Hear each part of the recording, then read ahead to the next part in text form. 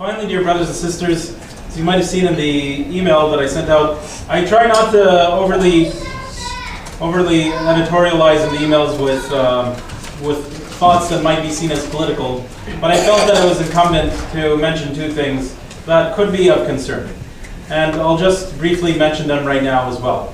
So, firstly, I was very thankful to Helena, who brought to my attention that there's a bill that's going through Parliament called C-218, which is to, pardon my legalese here, but I suppose to amend the existing law that for existing laws surrounding euthanasia, in order to at least have a bare minimum that we don't want the state to allow those who are suffering from mental illness to access euthanasia.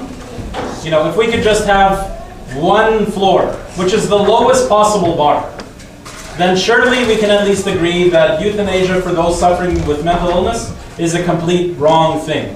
I might add to that, dear brothers and sisters, to me this smacks of eugenics, and this is a very slippery slope, one that if it does pass, we will regret in perpetuity forever, especially when, if you don't mind me being a bit bold, especially when your grandson or granddaughter or niece or nephew or brother or sister come up and find themselves to be debilitatingly depressed one day.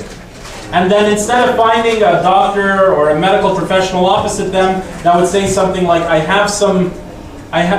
have treatments, we have things that we can do, we can approach things in this way, rather also saying, and also, if you like, there is also euthanasia.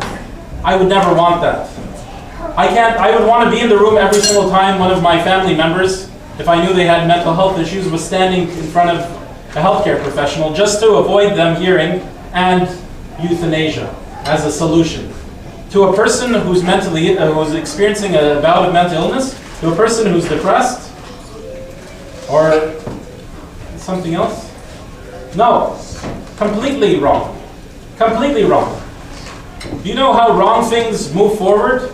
Is everybody just sort of gives up and says, well, what's going to happen is going to happen, let's let it, what can you do, right? No. Please, dear brothers and sisters, take this seriously and go and email your MP and at least be on the record to say this is something that needs to be addressed, because we cannot be in a society that allows for euthanasia for those suffering from mental illness. We need to be more hospitable, more kind, more compassionate to those who suffer. Not just saying, yeah, that sucks, okay, out to sea with you. No, we will not do that. The other thing, dear brothers and sisters, to bring to your attention, it's called Bill C-9.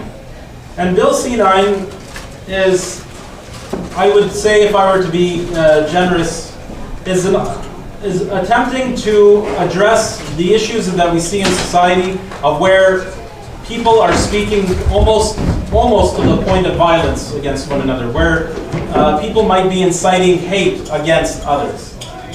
But yet, there's some problem with the bill. The bill also, as I understand it, and again, pardon the legalese, is removing provisions that in good faith, or the understanding of in good faith, that churches can preach and speak as they would like to. So removing this idea of in good faith would say that somebody could come and say, I feel that you have oppressed me with hate speech from what you've taught in the church. You can almost see how this could become a slippery into a very tight space. There are surely laws that we already have to protect all the more vulnerable people from any incite. I personally believe in the idea of hate speech, though I do believe that much into the ends or going into territories that are illegal.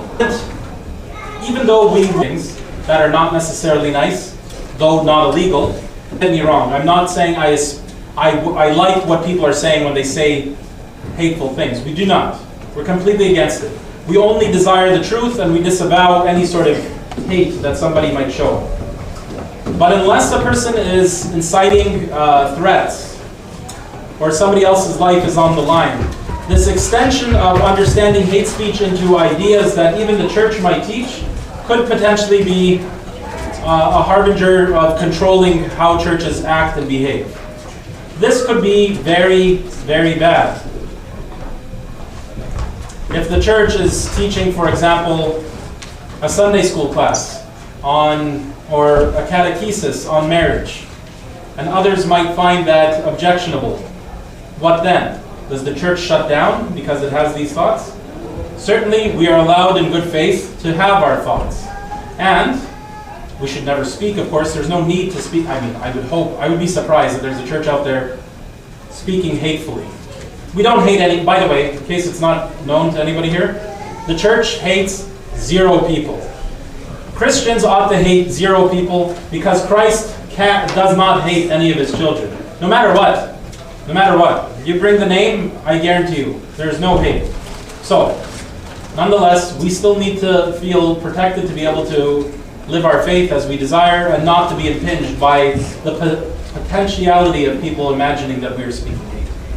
Please, dear brothers and sisters, write to your MP a little thought about what it is that how you see these 2 things being objectionable. Okay. I'm sorry to have steered us into a dialogue that might be giving you too many thoughts later. You write the email and stop thinking about it. Okay, don't let your minds go through the internet. I hate the government or something like that. You know what else is wrong in our world? Don't go there. You write it and then you turn to Christ, our true God, for hope. Don't sort of live just in these kind of political machinations of yours. Okay. Dear brothers and sisters, I look forward to us celebrating the feast all together on the 25th. God be with you all. And blessed few days ahead.